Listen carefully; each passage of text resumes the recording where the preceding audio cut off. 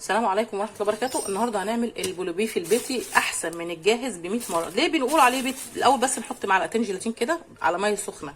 الميه دي سخنه على فكره، ماشي. معلقتين جيلاتين كده كبار، ونبتدي ندوبهم تدويده كويسه كده وبعد كده نخش في اللحمه. هنشوف هنعمل احلى بولوبيف بيتي جميل كده، هيعجبكم جدا ان شاء الله. عشان احنا بنشتري دلوقتي البولوبيف بارقام وخياليه، وارقام يعني صعبه قوي. فاحنا ان شاء الله نعمله ببيتنا واحسن ب 100 مره من الجاهز. ليه بقى بنسميه بيتي؟ لانه بس هو الفرق الماده الحافظه بس. صدقوني البولوبيف البيتي هيبقى احسن ب 100 مره من اللي احنا هنعمله. بس جربوا التكنيك ده على ما ندوب بس الجيلاتين.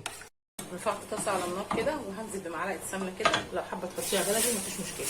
طبعا عندي اللحمه انا مش هستعملها كلها، لان دي عباره عن كيلو وشويه لحمه، فانا هاخد حوالي 3/4 فيها نسبه دهن. تمام، لازم يكون اللحمه بتاعتي يكون فيها نسبه دهن. ليه؟ عشان تدي الماده الجيلاتينيه في البولوبيف.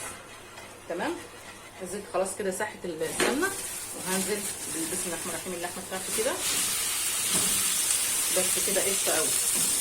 وهديها بقى تقليبه، هسويها كده طبعا مع البهارات بتاعتي. ايه هي البهارات؟ عباره عن ملح وفلفل اسمر مش كتير، عشان شويه اللحمه دول مش كتير. تمام، وهنزل سبع بهارات كده، حاجه بسيطه. مع بابريكا، ويا ريت بقى لو بابريكا مدخنه يبقى تمام حلو قوي. بابريكا كده،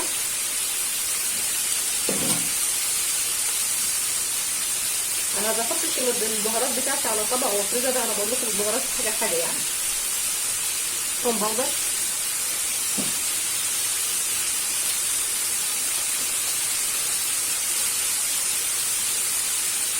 بصل باودر،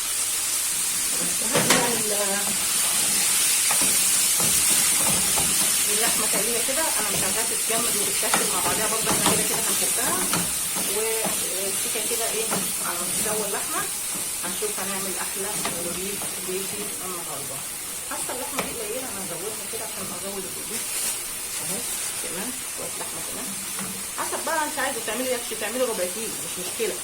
انا عشان انا بفرم اللحمه بتاعتي بحطها على بعضها بس كده يستوي حلو قوي. تمام، وادي لها بقى تقليبه واسيبها تستوي مع بعض. اللحمه بتاعتي ما خدتش كده يعني 10 دقايق على النار، وكانت ولله الحمد استوت. فانا حسيت ان الجيلاتين بتاعي يعني برضو لسه لا يعني لسه مش جامد قوي. هحط له كمان يعني كده كمان حوالي نص معلقه كده جيلاتين، وهبتدي اقلبه، لان هو الجيلاتين الحاجه الوحيده اللي هتعمل لي عامل الربط للبولوبيف. اسيبها بقى تلف قوي. عامه التكتلات دي ما تخافوش منها، كده كده هتلف في محضره الطعام وهتفك يعني. فانا هتعامل مع الجيلاتين ده، ما تقلقوش. هحاول اقلبها كده لحد ما تدوب معايا تمام. حطيت بقى اللحمه بتاعتي بعد ما هديت حبه كده السيكه في الكبه، وبعد كده بنزل بكل الجيلاتين بتاعي بسم الله كده. تمام، وبعد كده هننزل باللون كده. هنزل باللون اللي هو مصرح بيه من وزاره الصحه، لون طعام غذائي كده. تمام، فمش هحط كتير بقى عشان انا حسب بقى ما اشوف اللون هيعمل معايا ولو حاطه تسلقي بنجرايه عشان يبقى مفيد وصحي ممكن تعمليها. بس انا يعني زي ما تقولي موسم البنجر يعني احنا في الصيف ودلوقتي مش احسن حاجه. هضرب بقى الكبه ونشوف هنعمل ايه. اهو زي ما انتم شايفين اهو لحد ما تنعم معايا خالص. بدات اللحمه تنعم معايا خالص كده اهي، وتدي شكل البيف. خلاص اهو، هفضل احايلها برضو واضربها لحد ما تنعم خالص. اديها ضربه كمان. محضرتها طبعا. بسم الله. حاسه ان انا بستفتح معايا غلط. حاسه انا عملت معايا كده الغلط. مش عارفه انت ايه.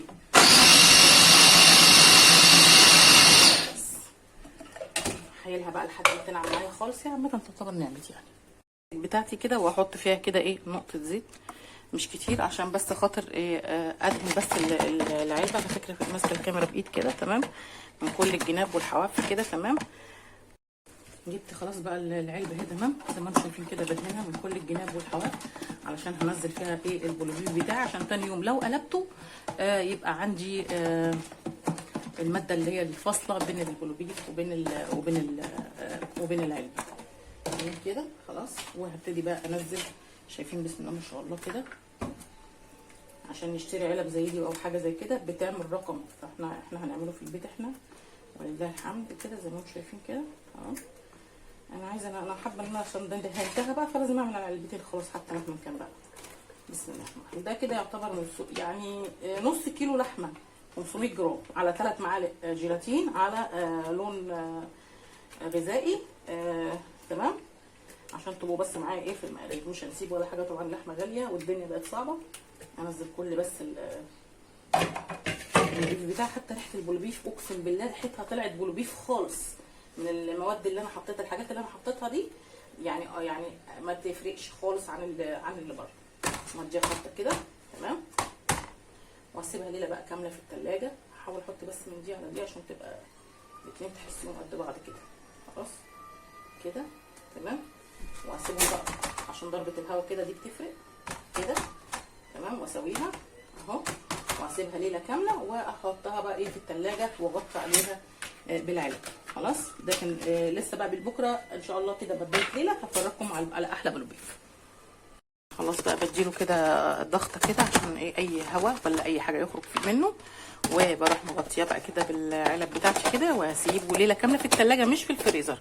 في ناس بتقول في الفريزر، لا يا جماعه في الثلاجه احسن، لان الجيلاتين كده كده اصلا عامه يعني هو بيشد بس بالماده الساقعه خلاص.